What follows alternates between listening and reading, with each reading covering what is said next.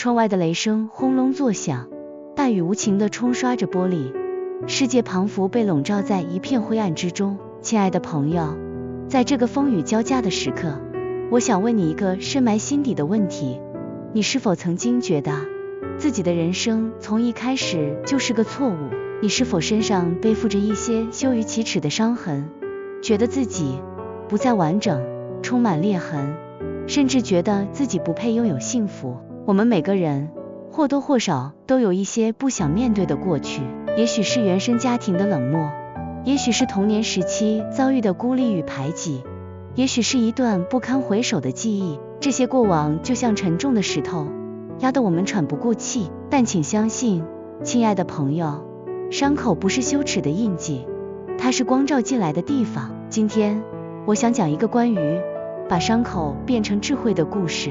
故事的主角，他出生时是一个不被期待的孩子，童年穿着马铃薯带做的裙子，9岁遭遇了难以想象的黑暗，14岁经历了生命的巨变与失去。他拿到了一手全世界最烂的牌，但他却成为了全美最有影响力的脱口秀女王。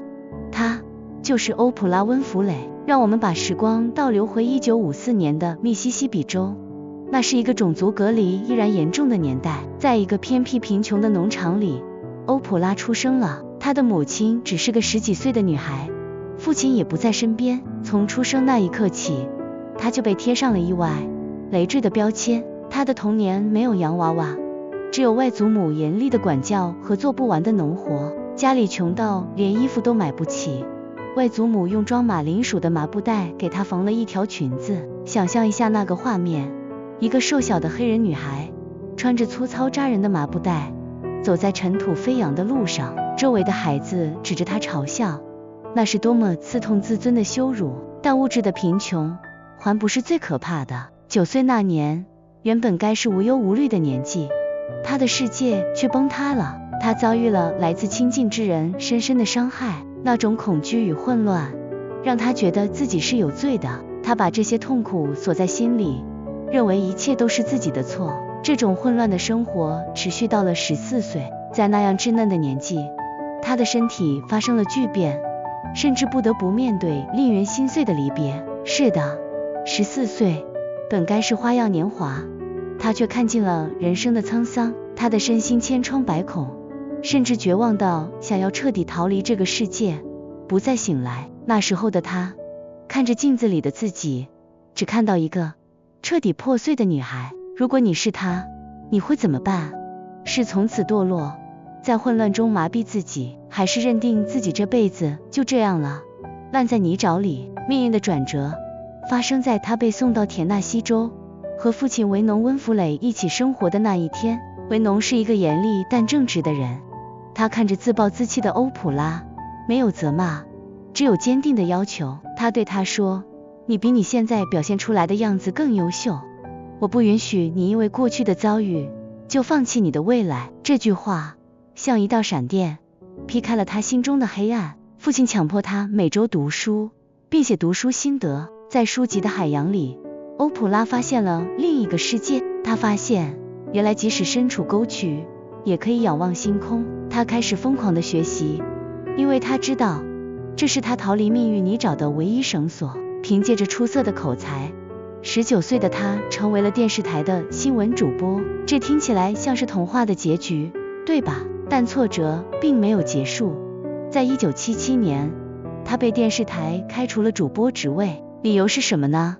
主管说他感情太丰富，不适合报新闻，因为他在报道火灾时会忍不住为失去家园的人流泪，在采访受害者时会感同身受的哽咽。在崇尚客观冷静的新闻界，他的共情能力被视为最大的弱点，是专业上的失败。他被贬值去做一个没人看的清晨谈话节目，那是一段极度自我怀疑的日子。他觉得自己又失败了，觉得自己果然做什么都不行。但就在他拿起麦克风，坐在沙发上和普通人聊天的那一刻，奇迹发生了。他发现他不需要伪装成冷冰冰的主播，他可以哭，可以笑，可以拥抱嘉宾。那个曾经被视为弱点的共情能力变成了他最强大的武器。因为他经历过最深的痛苦，所以他能听懂每一个受伤灵魂的声音。观众在他的眼里看到了理解，看到了慈悲，收视率爆炸式增长。原本无人问津的节目打败了当时的脱口秀霸主，后来这档节目变成了传奇的欧普拉脱口秀。他在节目中勇敢地说出了自己童年那段黑暗的过往。那一刻，她不再是那个穿着马铃薯袋的自卑女孩，她是一个把伤口摊在阳光下晒前的战士。她的坦诚治愈了电视机前千千万万个受过伤的灵魂。她告诉世界，这不是你的错，你依然值得被爱。欧普拉说，将你的伤口变成智慧。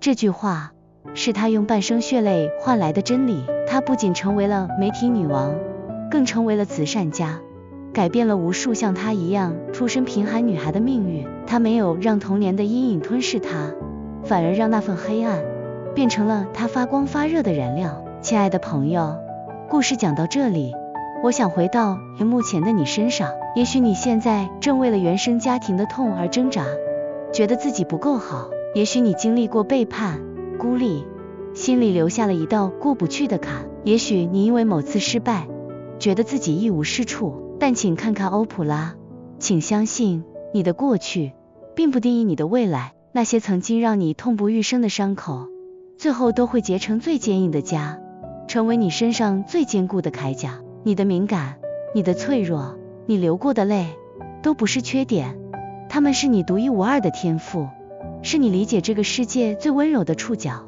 不要因为受过伤就关上心门，试着去拥抱那个受伤的内在小孩，告诉他，没关系，我们已经长大了，我们有力量保护自己了。把你的伤口变成智慧吧，拿回你人生的主导权，因为你是你自己命运的编剧，没有人能规定你该怎么演，除了你自己。去爱，去原谅，去发光，哪怕是从泥泞中开出的花，也依然可以像束阳光，开得比谁都灿烂。由心流时刻制作，欢迎留言、按赞、订阅，让我们一起前行。